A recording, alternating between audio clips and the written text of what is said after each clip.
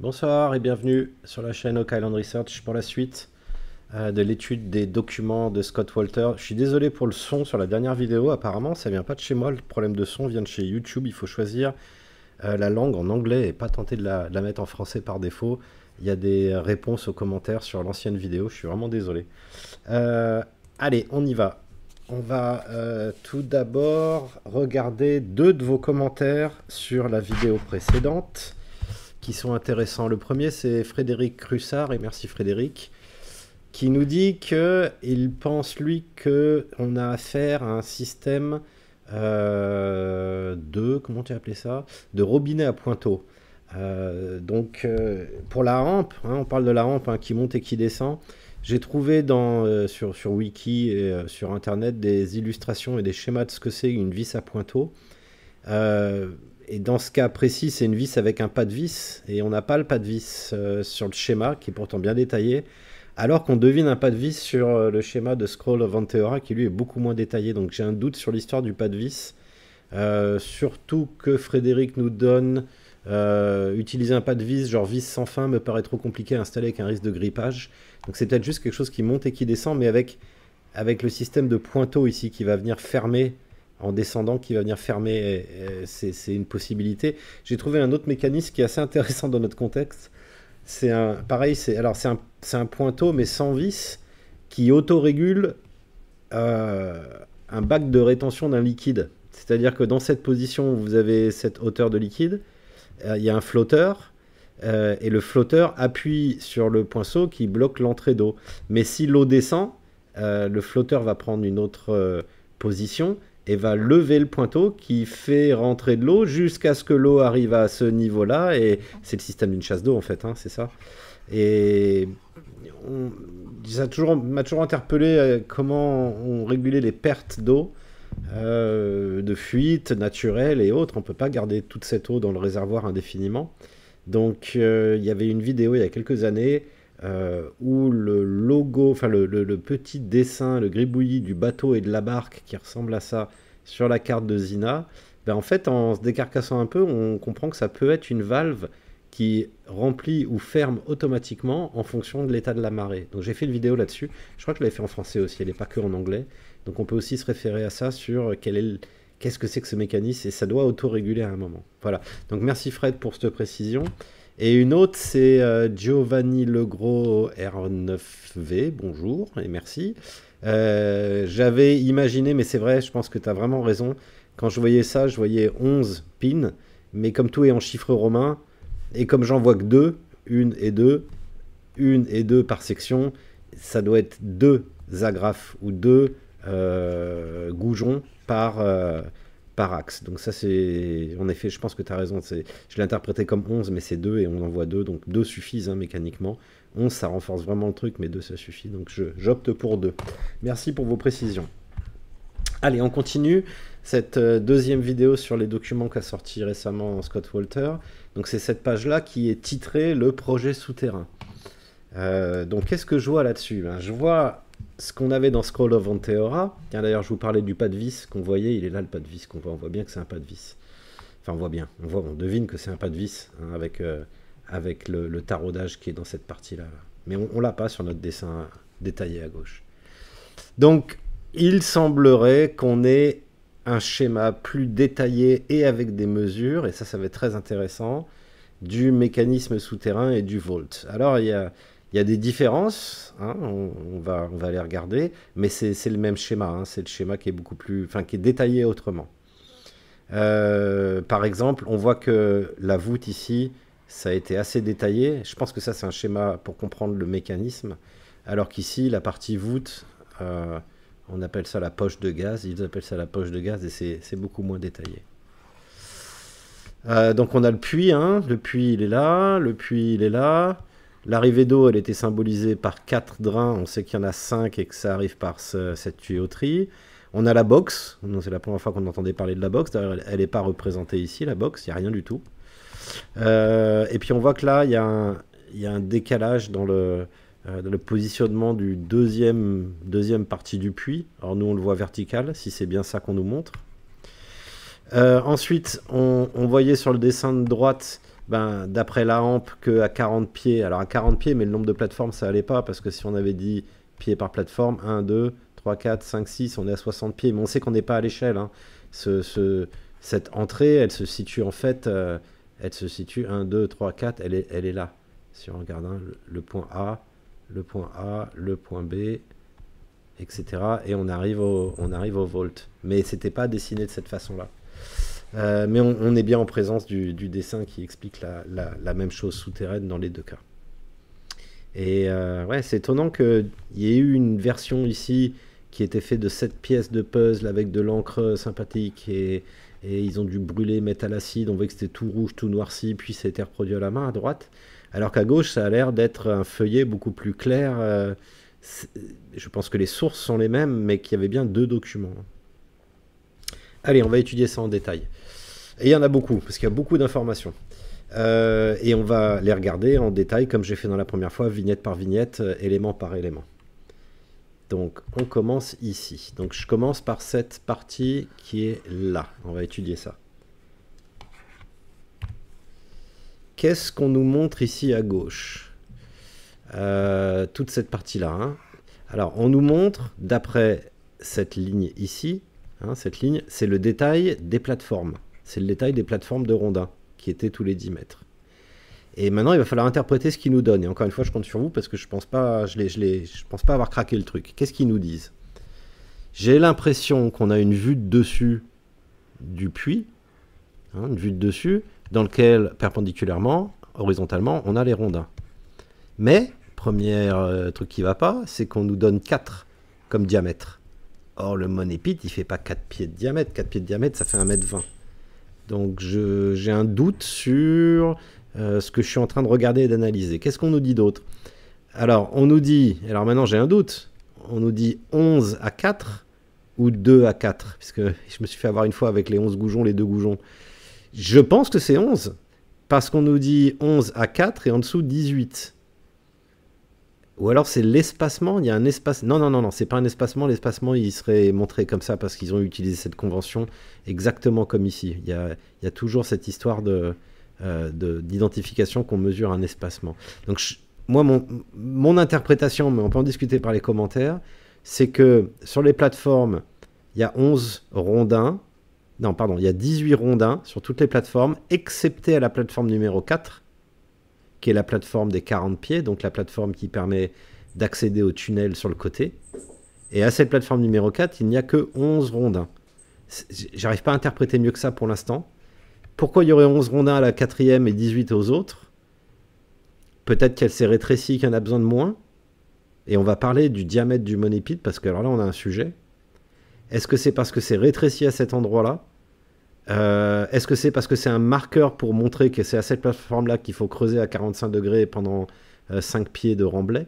Je sais pas. Et là, on a encore A4, à l'endroit numéro 4. Mais j'ai beaucoup de mal. Ce qui nous donne ici, ça a l'air plus clair, ça a l'air d'être le diamètre d'un rondin. Le diamètre d'un rondin, il est affiché ici comme faisant 4 pouces. 4 pouces, soit 10 cm. Des rondins de 10 cm de diamètre. Ce qui n'est pas énorme, hein. C'est pas des gros morceaux. Hein. Ils ont pu les enlever à la main. On sait qu'ils étaient ancrés sur les côtés du pit. Alors, cette image, elle nous en rappelle une autre qui était dans le dernier livre de Scott Wolter, mais c'est pas la même. Il y avait ça, et je suspecte que c'est aussi un schéma on nous montre, en regardant le monépite verticalement en altitude, la façon dont les rondins sont croisés, je sais pas, mais ça m'a rappelé cette image. Alors, qu'est-ce qu'on a comme description historique quand les 3 compères ont commencé à déterrer les 2 premières plateformes qui se sont arrêtées et quand les entreprises suivantes ont démonté les plateformes? Eh ben, on n'a pas grand-chose, vraiment.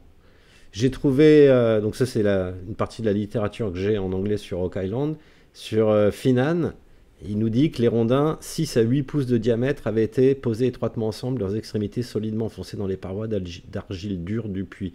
J'adore l'argile dure parce que c'est... Oh, j'y arrive pas. L'argile dure parce que c'est de l'argile qui a cuit. On retrouve bien du charbon de bois à 40 pieds. C'est comme si on avait voulu recuire l'argile après être entré dans le dispositif. Donc lui, il nous annonce 6 à 8 pouces. Sullivan, qui est quelqu'un de très sérieux sur Rock Island, Randall Sullivan, il n'y a aucune indication. Furno, il n'y a rien. Je m'attendais à ce que Darcy O'Connor, parce qu'il a quand même une sacré background et une énorme connaissance de ce qui s'est passé sur Lock Island. C'est l'écrivain numéro 1 qui a rencontré tout le monde depuis 50 ans sur l'île, j'exagère 40 ans, et il n'y a rien du tout. Donc ici on nous dit 4 pouces, ici on nous dit 6 à 8, je pense pas que quiconque les ait mesurés à l'époque, scientifiquement, et en gardant des traces de tout ce qu'ils faisaient. On va en rester là, je sais pas. Est-ce que c'est bien ça qu'on nous montre? Mais si vous avez une autre interprétation de cette partie du schéma, qui d'après cette ligne, c'est bien une description des plateformes, moi je suis acheteur d'autres interprétations. Allez, on continue. Alors, là on a la structure du Money Pit, donc on vient d'étudier cette partie ici. Hein. Et maintenant, on voit qu'on a des plateformes, et on nous montre l'entrée du chemin souterrain parallèle qu'il faut emprunter à 39 pieds, quand la formule nous le donnait à 40 pieds. Bon, un pied c'est 30 cm. Hein. Est-ce qu'il part de la même chose? Oui, j'en ai forte l'impression, surtout qu'on vous mesure à partir d'où en haut?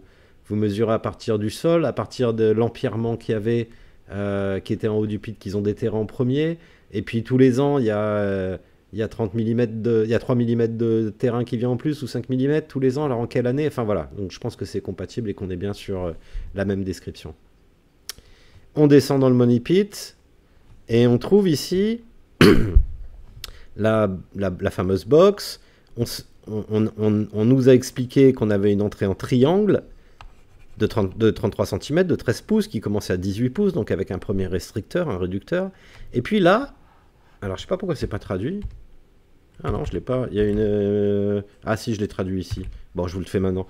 On en reparlera pas plus tard. Mais ici, il y a une trappe, une porte en trappe. Une trappe avec une porte en or. Je vais y arriver. Une trappe faite d'une porte en or. Alors là, on nous dit pas une porte plaquée or. On nous dit gold door. Et d'après ce que je comprends du trait qui est ici, eh bien, on nous montre cette partie qui serait là. Ça serait comme ça. Alors, peut-être que ça monte jusque ici. Et ça encaste, ça englobe la boîte. Donc, l'entrée de la boîte serait connectée. Parce qu'on sait que l'entrée... Enfin, on ne l'a pas vu, hein, j'ai un commentaire là-dessus. Oui, on ne voit pas ce qu'il y a de l'autre côté. Est-ce que c'est une forme en triangle qui fait 33 cm de base? Est-ce que c'est autre chose? Est-ce qu'il y a une trappe gold door, donc une trappe en or avant? Pourquoi en or? Encore une fois, pour protéger? Je sais pas. Mais c'est la première fois aussi qu'on entend parler. Et jamais personne... Rappelons-nous que jamais personne n'a remonté d'or du Money Pit, à part soi-disant 3 maillons d'une chaîne, mais... On suspecte que ça avait été jeté dans le puits la veille avant de le retrouver. Enfin, il y a plein d'histoires. En relisant les ouvrages que vous avez vus sur la slide d'avant, j'ai relu plein de morceaux qui posent des vraies questions sur ces maillons en or. Donc, on a cette boîte en bas. Qu'est-ce qu'on nous écrit à gauche? Qu'il y a un marqueur à cette altitude, à cette profondeur, pardon. Et ce marqueur, d'après le contexte, c'est ce qu'on en sait, serait la pierre des 27 mètres qui serait posée ici. Vers l'océan. On a ici, donc c'est de la terre sablonneuse. Et on continue avec de l'argile durcie en dessous, hard clay. Donc voilà ce qu'on nous donne. Ça c'est pour la verticale et le box. Donc je rappelle ce que c'est le box. Puis, juste pour rappeler les faits, en 1795, nos trois compères Von, Smith et McGuinness arrivent à la plateforme des 20 mètres. Et puis derrière, ça continue. Derrière, ça continue la deuxième expédition, 1806 de mémoire, qui arrive jusqu'à la pierre des 27 mètres et qui inonde entièrement le puits. Et là, il a fallu attendre encore une 15, 20, 30 ans pour que la compagnie suivante, grâce aux machines à vapeur et autres, arrive à avoir un forage. Et le puits inondé, ils ont foré, ils sont descendus avec une foreuse. Et c'est là qu'ils commencent à remonter des choses. Et leur récit... c'est quelqu'un qui s'appelle McCulley, l'ingénieur McCulley qui était en charge, explique qu'arrivé à cette hauteur, il y a un vide, leur drill, leur tête de foreuse est descendue d'un coup, puis a transpercé quelque chose qui, eux, ils l'ont interprété comme étant du loose metal, du métal en vrac. Donc ils ont assimilé ça à des pièces, probablement, de métal, bien qu'ils n'aient pas pu remonter grand-chose sinon rien, qu'il y avait encore un vide derrière et qu'il y avait des traces de bois. Et c'est la fameuse légende, parce qu'ils savent pas bien, ils pensent que, ça vient du show d'Oak Island, que le drill, la tête de forage, a attaqué un coin d'un de ses coffres, a tout fait pivoter, puis après ça a dégringolé quelque part très profondément dans le puits parce que, à force de faire des excavations et de tout dynamiter, voilà ce qui s'est passé. Donc l'interprétation des foreurs à l'époque, ça a été des coffres en bois, on les cherche encore, hein, les coffres en bois avec le trésor en dessous. D'après le schéma qu'on a en dessous, ça serait ce qu'on appelle une box. Alors oui, c'est une box en bois, mais c'est surtout un coffre. Là, c'est une box fonctionnelle à gauche. Là, ce qu'on imagine, c'est une boîte au trésor. Alors, est-ce que c'est ça qu'on nous raconte? Il faut relire la littérature, mais c'est principalement qu'en anglais, de cette partie-là. Quand je l'ai lu, c'est possible. La séquence, alors les distances, on les connaît pas. Quand on dit que la tête de foreuse a plongé d'un coup, on les a dans les livres. Hein, McCulley a fait son boulot. Il a bien répertorié ce qui s'était passé. Il a bien enregistré tout ça, consigné tout ça. Mais là, on n'a pas assez d'indications pour voir si ça matche ou pas avec sa description. Mais ça serait l'explication d'après ce schéma de ce qu'ils ont tapé à l'époque. Alors, problème qu'on m'a signalé dans les commentaires, problème que j'avais moi-même en faisant la vidéo. Problème, la boîte, elle fait 1,50 mètres, 1,50 m dans cette dimension-là. Ça veut dire que pour qu'elle tienne là-dedans, il faut que le puits à cette dimension, il fasse en gros 1 mètre, on va dire, pour encastrer 50 cm ici. Et peut-être qu'en effet, le pit, le trou, il est ici, et la boîte, il y a une plaque avant, mais j'estime qu'il faut qu'elle soit, on va dire, 30, 40, 50, 60 cm à l'intérieur du deuxième pour l'étanchéité, prendre la pression de l'océan, etc. Et ça, pour moi, c'est impossible. Le puits, il fait pas 1 mètre à cet endroit-là. En fait, le puits, on sait, où je croyais savoir, et posez-vous la question, il fait combien de diamètre le puits? Vous en savez quoi de tout ce que vous avez vu sur Oak Island? Moi, j'étais resté dans l'idée que le puits, il faisait 12 pieds. J'avais ça comme info dans ma tête, et pour moi, c'était établi. 12 pieds, soit 4 mètres. Eh bien, en fait, c'est pas si simple, l'histoire de la taille et la dimension du puits. Je vais vous expliquer. Sur Oak Island Money Pit, donc il se réfère tous à de la littérature telle que celle que j'ai, qui avait été créée à l'époque. Hein. En enquêtant sur l'île à la recherche de la source des Lumières, McGinnis a remarqué une dépression circulaire d'environ 13 pieds de diamètre. Alors que les adolescents continuaient à s'enfuir, ils ont suivi les parois du trou précédent, grâce à l'argile durcie, et ce faisant, les garçons ont découvert que la fosse s'était rétrécie à 7 pieds, à 30 pieds de profondeur. Donc, les garçons, ils attaquent, ils enlèvent le dallage en pierre qui est en haut. À 10 pieds, ils trouvent la première plateforme. À 20 pieds, ils trouvent la deuxième. Et apparemment, ils sont arrêtés avant la troisième. Et ils expliquent que, en fait, le puits faisait environ 13 pieds, ce qui correspond un peu avec nos 12 pieds, et que déjà à 30 mètres, il s'était déjà réduit de moitié, puisqu'ici, il faisait plus que 7 pieds. Alors, ce qu'on cherche, c'est 1 mètre. C'est ça que j'ai demandé. J'ai demandé 1 mètre. 1 mètre, c'est 3 pieds. On va dire 4 pieds, allez. Il n'y a rien qui nous dit que derrière, ça ne s'est pas encore plus rétréci. En fait, qu'est-ce qu'on sait? On sait que les 3 garçons sont arrêtés là et que là, ça faisait 7 pieds, d'après cette source. Et puis, la deuxième compagnon, 1806, est descendue. On va dire qu'ils ont gardé 7 pieds. On va dire parce qu'on ne sait pas. Il n'y a aucune documentation sur la pierre des 90 pieds, des 27 mètres. Et ils ont enlevé la pierre, tout s'est rempli d'eau, et derrière, tout ce qu'on avait, c'était des foreuses. Or, les foreuses, si je fore un puits, j'essaye de forer au milieu. Donc, je fore en dessous, mais je suis incapable de prédire quelle est la largeur en dessous. Notamment à cet endroit-là, qui est juste l'endroit où il y aurait la box. Donc, c'est pas impossible. Déjà, moi, j'étais parti de l'idée parce que tout ce qu'on voit du Money Pit, toutes les représentations, c'est un cylindre. C'est un cylindre, le Money Pit. Partout, toutes les images que vous verrez avec les plateformes, c'est des cylindres. Or, il semble, d'après cette source, qu'on n'a déjà plus que 7 pieds de diamètre à 30 mètres. Je reviens ici. On a un cylindre, et puis là, ça se rétrécit. Là, ça se rétrécit. Déjà, au bout de la troisième, ça commence.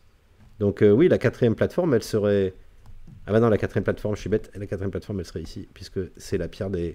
C'est l'entrée, la quatrième plateforme, voilà, les 40 pieds, ils sont ici.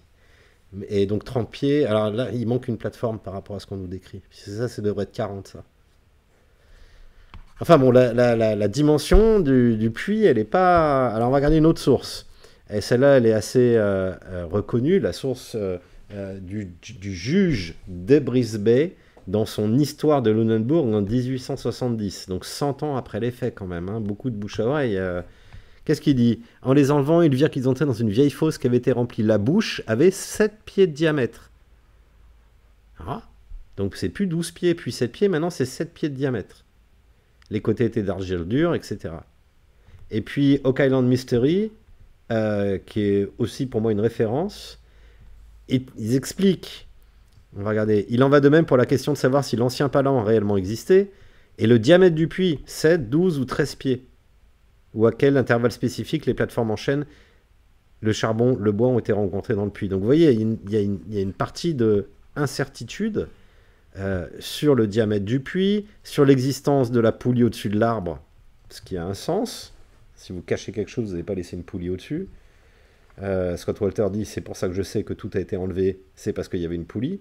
C'est une fois que vous avez enlevé le trésor ou ce qu'il y avait à retrouver, vous n'allez pas vous enquiquiner à aller démonter la poulie. Ça, c'est les arguments de Scott Walter. Et même sur l'intervalle spécifique des plateformes, je pense qu'ils étaient plus occupés à aller chercher des coffres et des trésors qu'à aller mesurer tout ce qui... Pour nous, les générations futures, elle a mesuré tout ce qu'ils rencontraient, quoi. On sait qu'il y a tellement de choses qui ont été perdues. Parce qu'il y avait des choses dans le puits. On nous le raconte dans les différents livres, mais il n'y a pas de livre qui raconte la même chose. L'histoire commune, le tronc commun est là, mais après, les différences. Donc, je voudrais 1 mètre ici. C'est pas impossible qu'ils y soient. Hein, puisque 7 pieds, ça fait 1m80, 1m90, 7 pieds. Presque 2 mètres, ouais. Donc c'est pas impossible. Si déjà à 30, puis c'est plus facile à faire tenir un puits étroit que faire tenir et qui s'écroule pas sur lui-même un puits large. Donc ça aurait un sens que ici cette partie soit assez étroite en fait. Continuons. Qu'est-ce qu'on a d'autre? Ah, on va passer à la deuxième partie du dessin, la partie la plus importante là.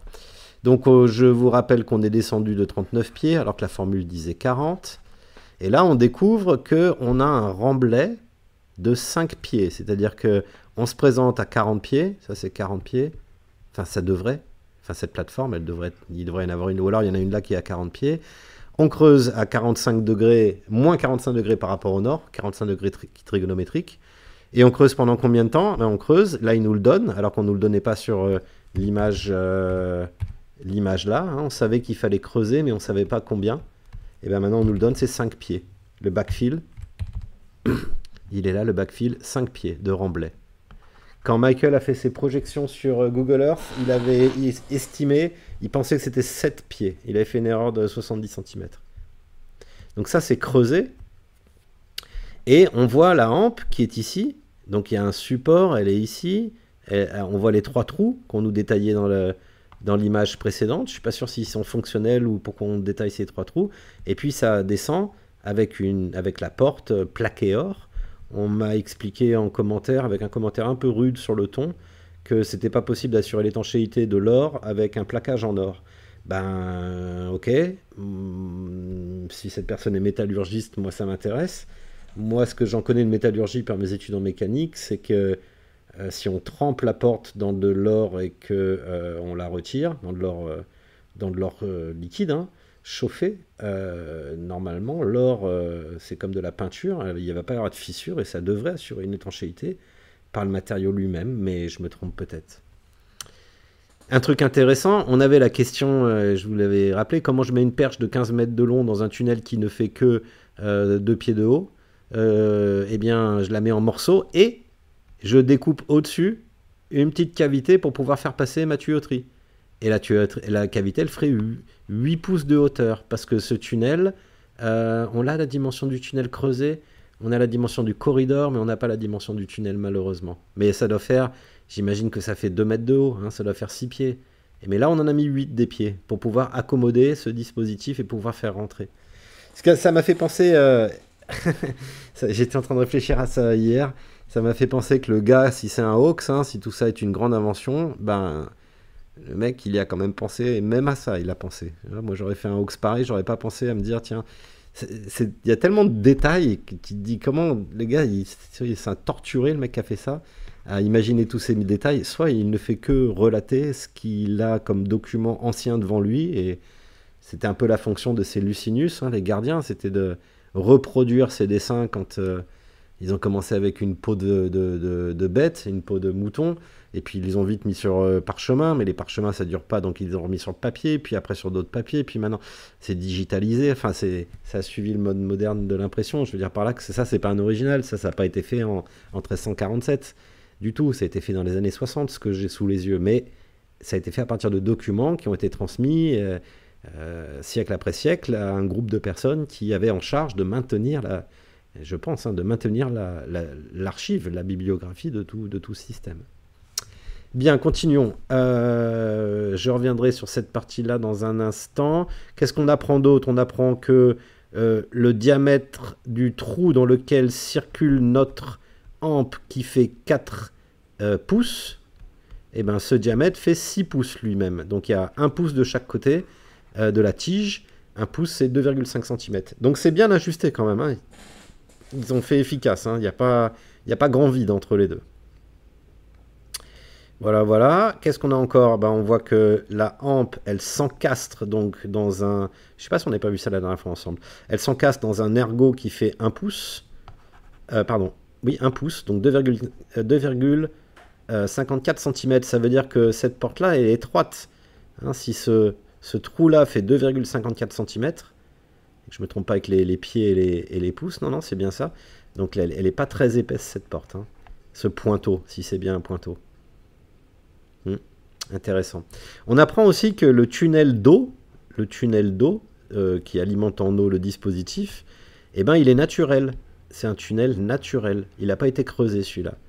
Donc c'est assez intéressant de voir qu'il y a eu quelqu'un qui a su ou qui a compris qu'ils se sont servis de ça. Et ce tunnel fait 2 mètres de haut. Et il arrive et il alimente la chambre. J'y arrive dans un instant à la chambre. Continuons. Je reviens en haut. Je reviens dans mon tunnel que je parcours. Je manipule ma hampe. Tiens, il y a un petit peu plus d'espace sur ma tête.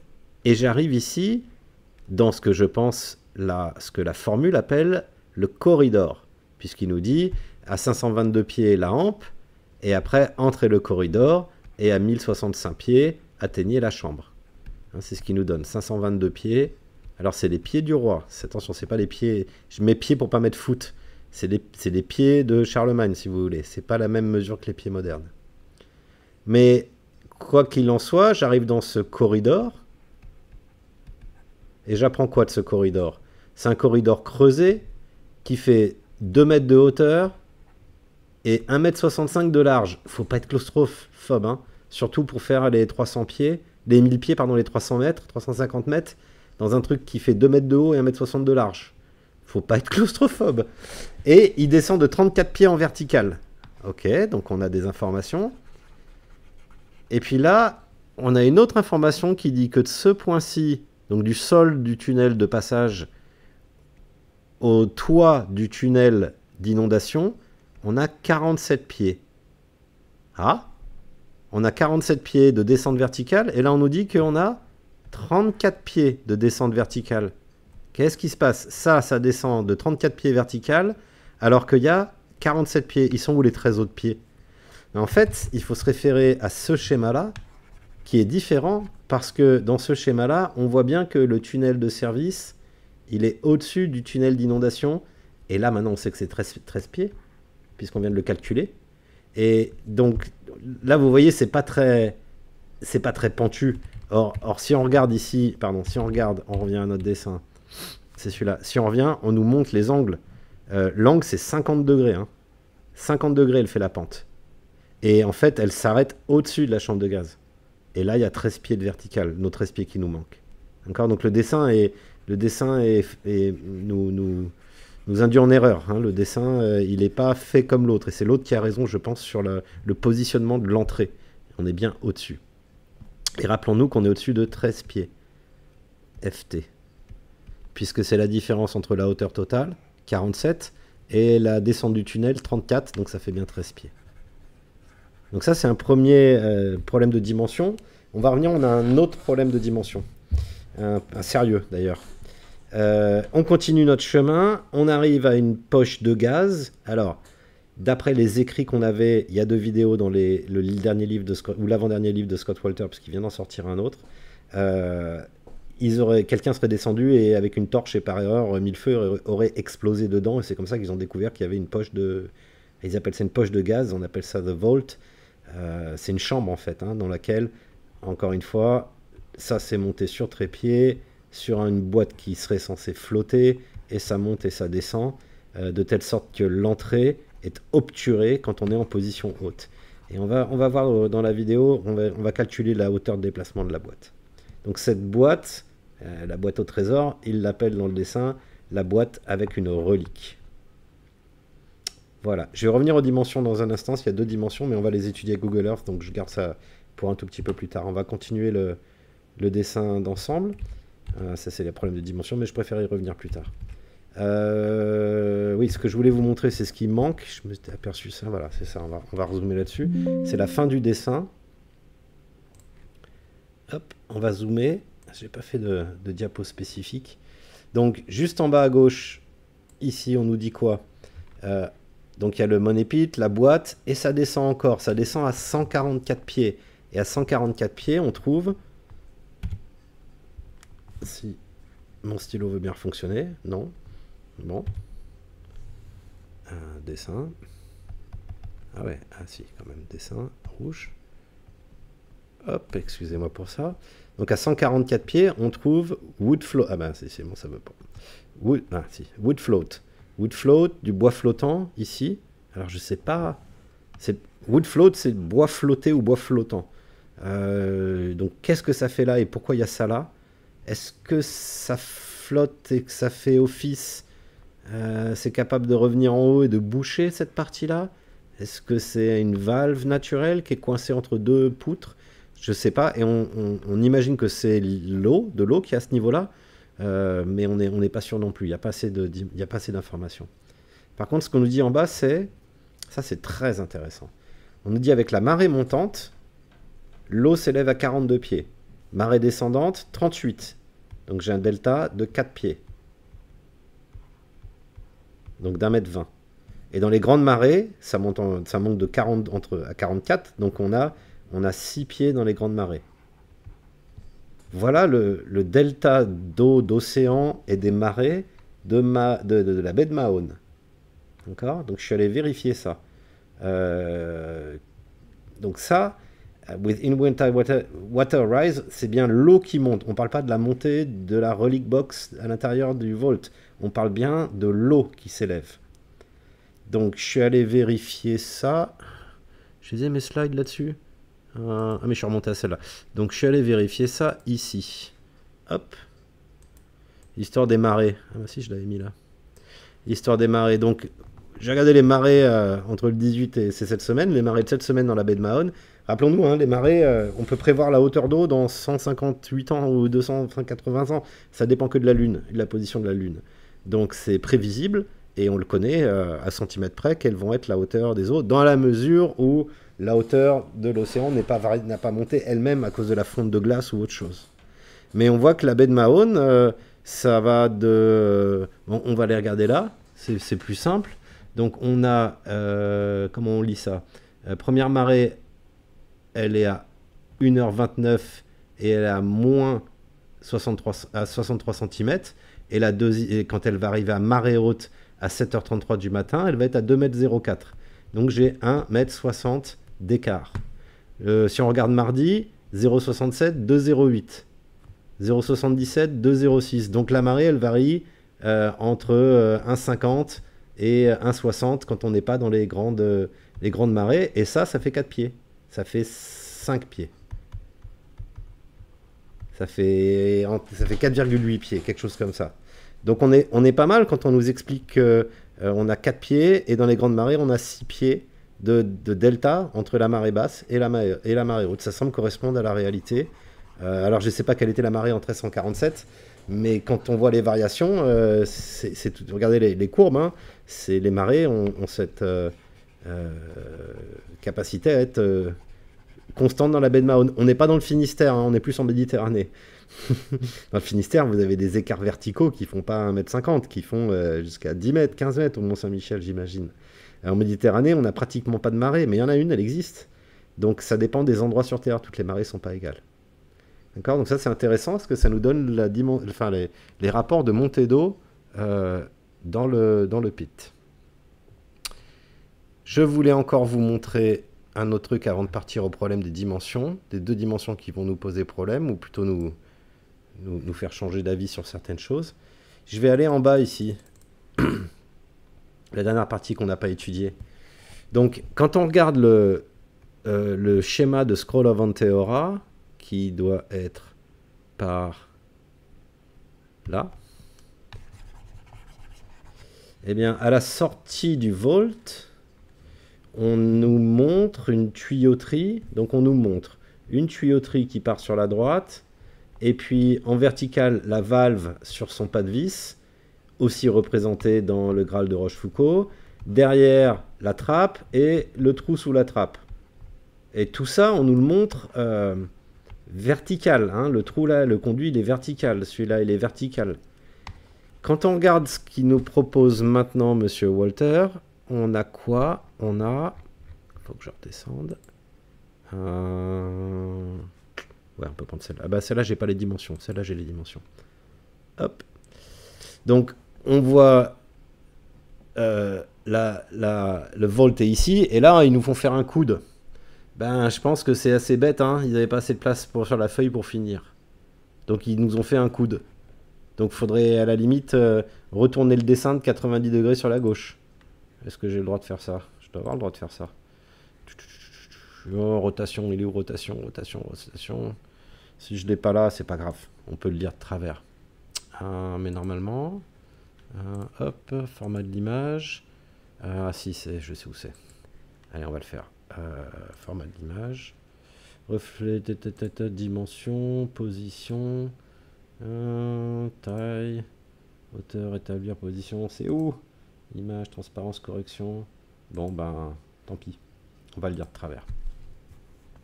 Donc, on nous dit quoi? On nous dit que ce conduit qui faisait 6 pieds se rétrécit à 5 pieds. D'accord? Et qu'il arrive à un moment sur Door 2. Là, c'est pas la 11, je suis d'accord. C'est ce qu'ils appellent la porte 2. Et avec la valve, on nous le dit. C'est là qu'est la valve. Donc, la valve, elle bloque et elle est manipulée par un pas de vis. Par un pas de vis qui, depuis la surface, serait apparemment disponible, accessible. Et puis, derrière, on avait un trou derrière la valve sur le dessin de Scroll of Anteora. Voilà le trou. Ah, il est plus enfin, il est vertical, si, il faut bien tordre la tête.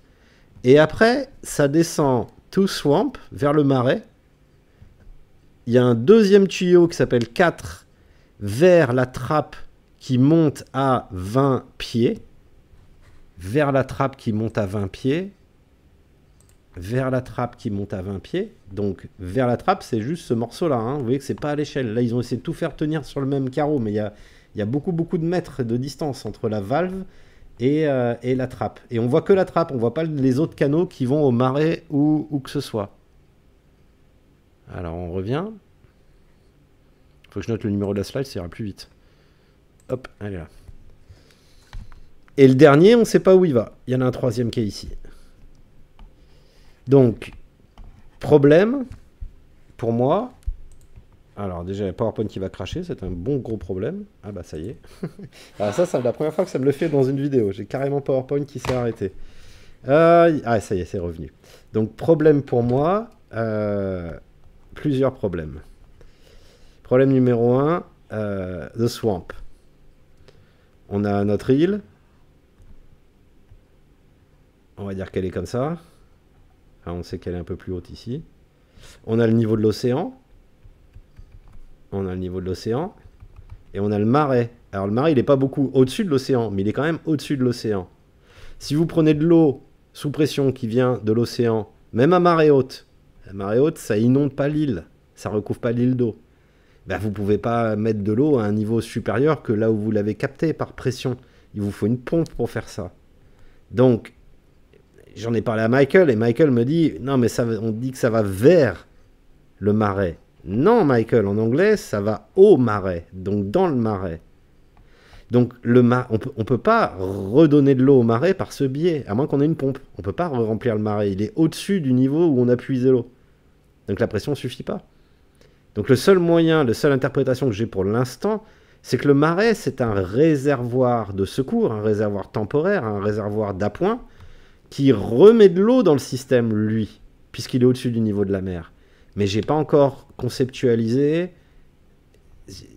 le mode opératoire de tout le dispositif, maintenant qu'on a en plus une source d'eau dont l'altitude est supérieure à la source d'eau primaire qui est l'océan, et qui est connectée au système.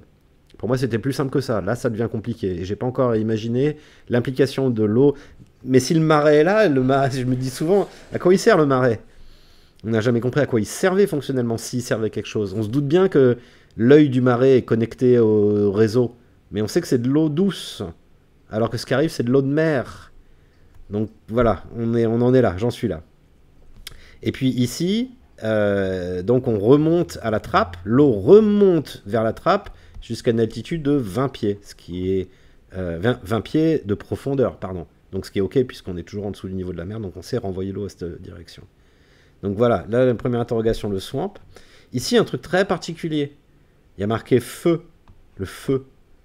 Est-ce qu'on est en train de nous parler de cette histoire où un micmac, je crois, était descendu dans la poche de gaz avec une torche, avait tout fait péter, avait tout cramé, et est-ce que du coup, je sais pas, est-ce que selon la légende, ils auraient utilisé des explosifs connus de Chine, ils appelaient ça le feu grégaire, je crois.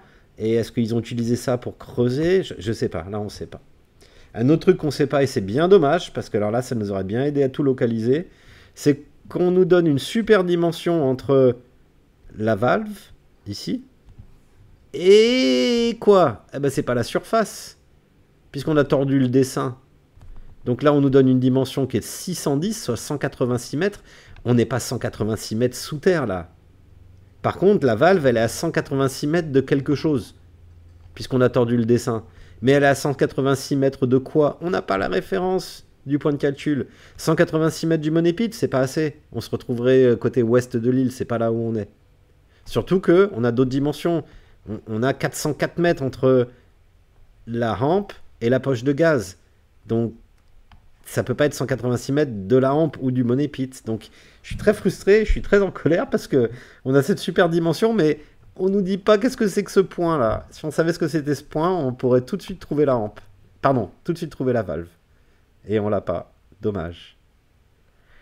Voilà pour ce dessin-là. Donc voilà, je crois qu'on a fait le tour de tout. Je garde de côté mes problèmes de mesure. J'y arrive dans un instant. Tac, tac, tac, on va redescendre dans les slides. Donc on en est là et on va attaquer les problèmes de mesure.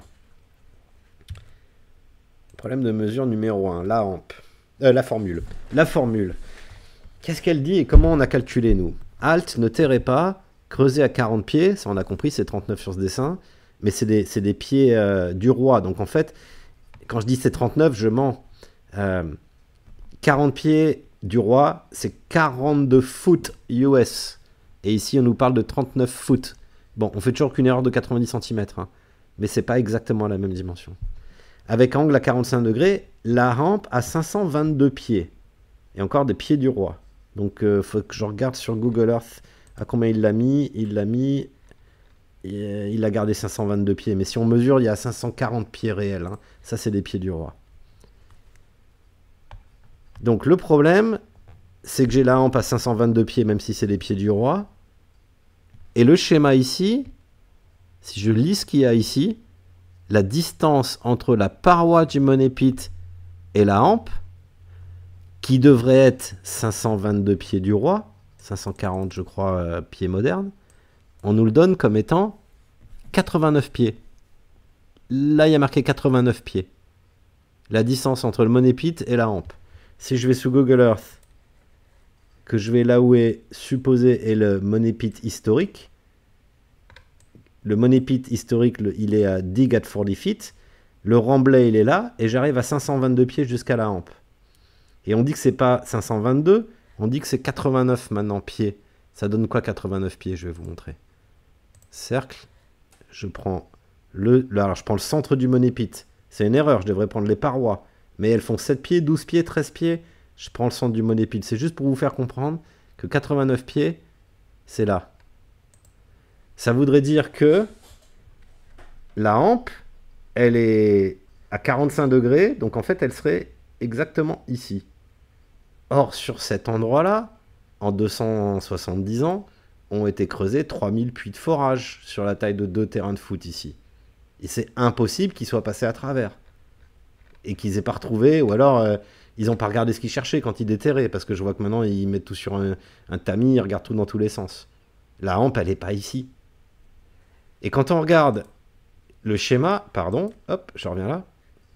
Quand on regarde le schéma, et qu'on sait que ça a été copié à partir d'anciens parchemins, peut-être avec quelque chose codé et autres, j'ai dit à Michael, j'ai dit, moi je pense qu'en fait c'est un D, mais ils ont raté une partie. Parce que si c'est un D, ça fait 539 pieds. Et là, 539 pieds, on est beaucoup, beaucoup mieux. J'enlève les 5 pieds de remblai qu'on n'avait pas, il reste 534 pieds. Et la hampe à 522 pieds du roi, contre 534 foot, on est à peu près bon, c'est ça. Je pense, vraiment, hein, qu'il y a une erreur de reproduction, et que c'est pas L XXXX9, mais que c'est bien, que c'est un D, parce que c'est la seule, enfin, ça correspond à la hampe, quoi, hein, ça correspond à la formule. La hampe décrit la formule 522 pieds. Il faudrait que je recalcule, est-ce que j'ai le taux de conversion entre les pieds du roi et les pieds? Est-ce que je les ai sous les yeux? Je crois pas. Si, 1,0656. 1,0656. On va le faire vite fait. Calque. Je l'avais pas fait ça. Calculatrice. Donc j'ai 522 pieds d'après la formule. Il faut que je multiplie ça pour avoir des pieds modernes. Par 1,0656. 556 contre 534. Ouais, j'ai 20 pieds d'écart. Ouais. Je sais pas d'où ils viennent.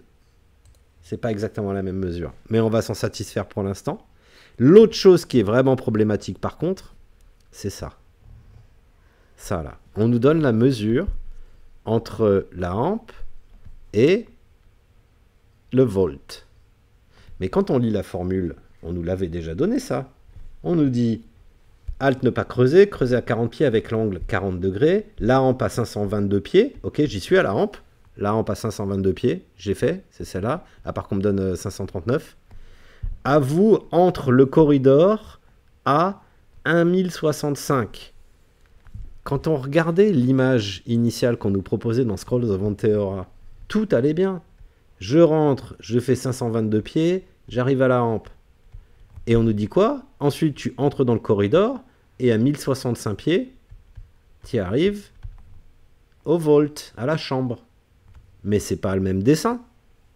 Là, la hampe, j'ai une partie à marcher avant de rentrer dans le corridor. Donc cette distance, la distance totale, elle fait pas 1065. On s'est fait avoir avec Michael quand on a calculé qu'on a pris la formule. Hein, nous, on a fait 1065 depuis la hampe jusqu'à l'entrée de la chambre. C'est ce que nous dit la formule. Mais de la hampe jusqu'à l'entrée de la chambre, on nous dit qu'il y a beaucoup plus. 1589 pieds. Pas 1065 pieds du roi. Parce qu'il y a cette partie-là qui n'était pas indiquée ici et pour lequel on n'a pas la mesure. Donc notre positionnement de la hampe, du volt, il est faux sur notre modèle. Alors, commentaire magique de Michael, il m'a dit on s'en fout, de toute façon on va pas la creuser verticale parce qu'il y a je sais pas combien de centaines de pieds et que c'est de la roche dure. L'idée c'est de rentrer à l'intérieur et même si cette partie est maintenant détruite, au moins retrouver verticalement la hampe qui est sur la partie est de l'île et emprunter le corridor de 2 mètres de haut par 1,65 m. On n'a pas besoin de savoir où elle est, cette poche et la relique, il suffit de suivre les tunnels.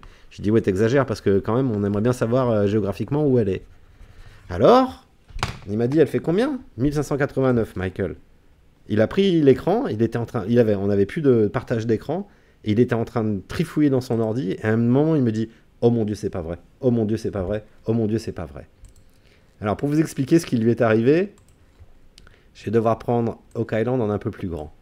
Donc, revenons. Oak Island, le Money Pit, l'entrée, la hampe à 522 pieds, donc 550 foot, elle est là, à 45 degrés. Elle correspond exactement, quand on positionne la carte de Zina, sur le cadran de la carte de Zina. On a la croix de Nolan qui va du cône E au cône A, AE. Et puis les bras, c'est C et B. Et puis le petit marqueur, il est au D. La croix de Nolan, on l'a étendue en reportant la distance DHS de l'autre côté. Donc c'est le fameux point 429. Et on a l'encre nord, qui est en fait l'encre nord à la headstone, c'est headstone à E. C'est comme ça qu'on a déterminé l'encre nord qui apparaît aussi, les encres sur la carte de Zina. Donc ça, c'est le schéma de base. Continuons. Ah oui, il y a une propriété, c'est que la ligne qui va de le money pit à la hampe, elle finit sur le cône A de la croix de Nolan. Ça, c'est marrant, ça. Et la croix de Nolan, par ses bras et par son encre, forme un parallélogramme parfait, puisque l'intersection de ces deux diagonales forme un angle droit. Donc c'est un parallélogramme parfait qui est formé ici. Quand il a calculé la partie ouest de l'île, en calculant d'abord la position du triangle 2 d'après les distances qu'on avait sur la note de Marie, Michael s'est rendu compte qu'il avait T2, il y avait une relation avec E qui est là, et il a calculé la position de la valve en prenant comme hypothèse, là je vais avoir du mal à vous le décrire, je ne sais plus comment il a calculé la valve, c'est une intersection de deux cercles, mais ce qu'il s'est rendu compte, c'est quand on prend la valve, le cône E et T2, on peut fabriquer un parallélogramme dont la distance bleue est la distance de la croix de Nolan, une croix de Nolan virtuelle sur le côté gauche. Le parallélogramme n'est pas parfait. Et c'est comme ça qu'il a déterminé la position de la trappe, du trou sous la trappe, hole under the hatch. Ce que vous voyez ici, c'est quelqu'un qui l'a mis sur Google Earth et qui a indiqué que le hatch était là. Mais le calcul, par parallélogramme qu'il a dessiné, il est ici. Alors, je ne suis pas un expert sur ces travaux. Hein.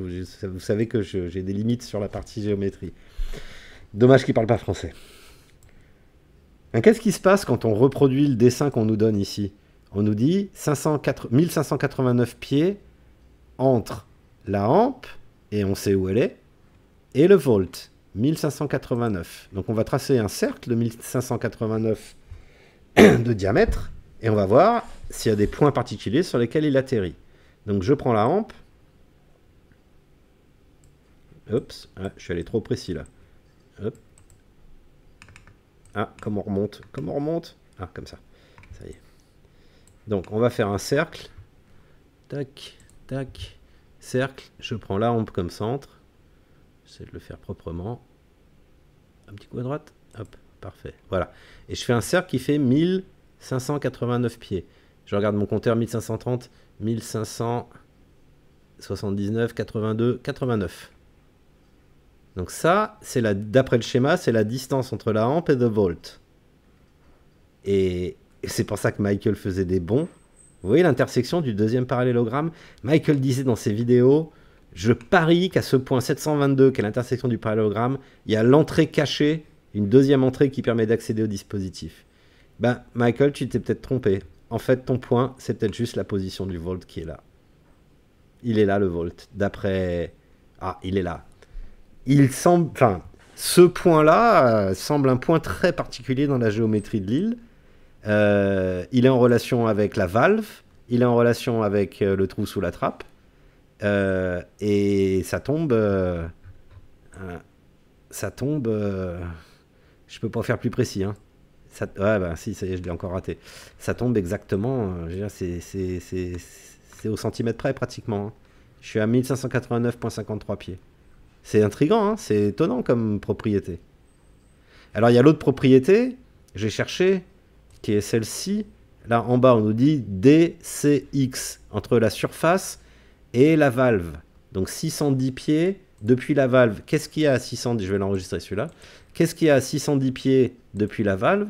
Je prends la valve où Michael a calculé sa position. Je refais un cercle de 610 pieds. Cercle, valve, tac. On est parti, 610 pieds, 610. On est... Allez, un petit peu moins, voilà. Et je vois, il n'y a rien qui coïncide, à part, peut-être, je vais dire ok, le trou sous la trappe. Est-ce qu'on a fait une erreur? Il y a quoi de distance entre le trou sous la trappe et cette ligne? De combien on aurait fait une erreur? hop, je vais prendre line, et je vais juste mesurer de là à là, il y a 7 pieds. 7 pieds, 3 fois 7, 20, il y a 2 mètres. Peut-être fait une erreur de 2 mètres. Mais je suis pas sûr, parce que là, on taperait le trou sous la trappe. Or, dans ce dessin, on n'a pas 610 pieds entre le trou sous la trappe et la valve. On a 610 pieds entre la valve et un autre point. Est-ce que c'est le trou sous la trappe? Ici, il est représenté, hein, D, le point D en haut à droite. Il sort de terre, on le voit. Ça, c'est le trou de la valve, c'est la commande de la valve. Mais il doit bien y avoir une chaîne pour le trou sous la trappe. Est-ce que c'est ça qu'ils nous disent ici? J'arrive pas à savoir. Je sais pas. Mais c'est intéressant. En tout cas, l'autre, le 722 là, alors lui, il est... Je comprends que Michael faisait des bons parce que c'est une sacrée coïncidence, on va dire ça comme ça. Voilà. Voilà pour aujourd'hui. Alors j'ai encore 2-3 petites bricoles. Donc je vous ai expliqué ça, les deux problèmes de dimension. Le problème de dimension du L qui est probablement un D. Et puis là où on s'est mis dedans sur le 1065, ça fait beaucoup plus parce qu'on ne savait pas qu'il y avait un intérim, un premier corridor entre le tunnel et le corridor. Alors, qu'est-ce que j'ai? Ouais, Google Earth, je vous ai montré ça. Ça, ok, donc c'était la fin. Les marées, on l'a fait. Le récap et les problèmes. J'ai 3 problèmes. Il y a 3 problèmes. Le compas, l'implication du marais. L'implication du marais, je vous en ai parlé, je ne reviens pas dessus. Le compas et les calculs de pression différentielle. Si on va commencer par les calculs de pression différentielle, mais rien de grave, on ne veut pas revenir dans de la...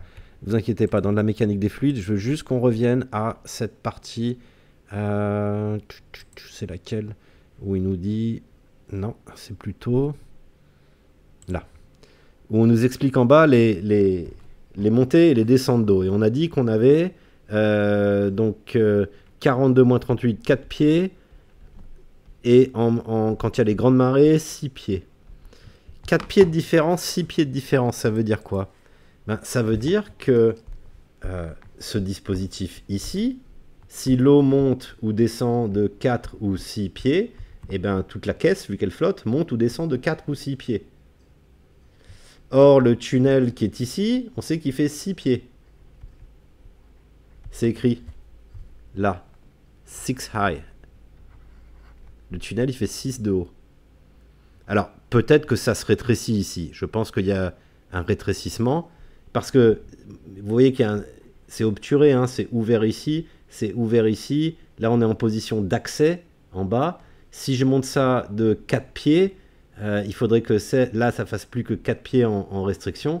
Et là, j'ai plus accès. Et ce truc-là ne bougerait que de 1,20 m haut en bas. Dans les grandes marées, il bouge d'1,80 m. Mais ça veut dire que mon regard ici fait pas plus que 4 pieds. Sinon, je peux m'infiltrer, même en position haute, je peux m'infiltrer à l'intérieur. Donc ça, ils n'en parlent pas, mais si tout ça si tout ça se tient les uns les autres, ça veut dire que si en effet, j'ai... l'océan qui monte et qui descend de 4 à 6 pieds. Ici, ça monte et descend de 4 à 6 pieds. Et ici, ça monte ou ça descend que de 4 à 6 pieds. Si ici, on a 6 pieds, ça va pas. Ici, c'est restreint. C'est le conduit, il y a une porte qui doit... On doit pouvoir passer dedans en rampant à l'intérieur, j'imagine. Ils ont dû concevoir ça comme ça. Puis ça leur enlève des problèmes d'étanchéité. Plus c'est petit, plus c'est facile à étanchéifier, quoi. Alors, il faut pas que l'eau monte dans ce tunnel, par contre. C'est pour ça que le tunnel, il est à 13 pieds de haut. C'est un peu l'idée. Il ne faut pas qu'il y ait de l'eau qui rentre dans cette partie-là. L'autre truc qui me dérange, voilà, c'est en haut, c'est le compas. Il me dérange sans me déranger, lui là.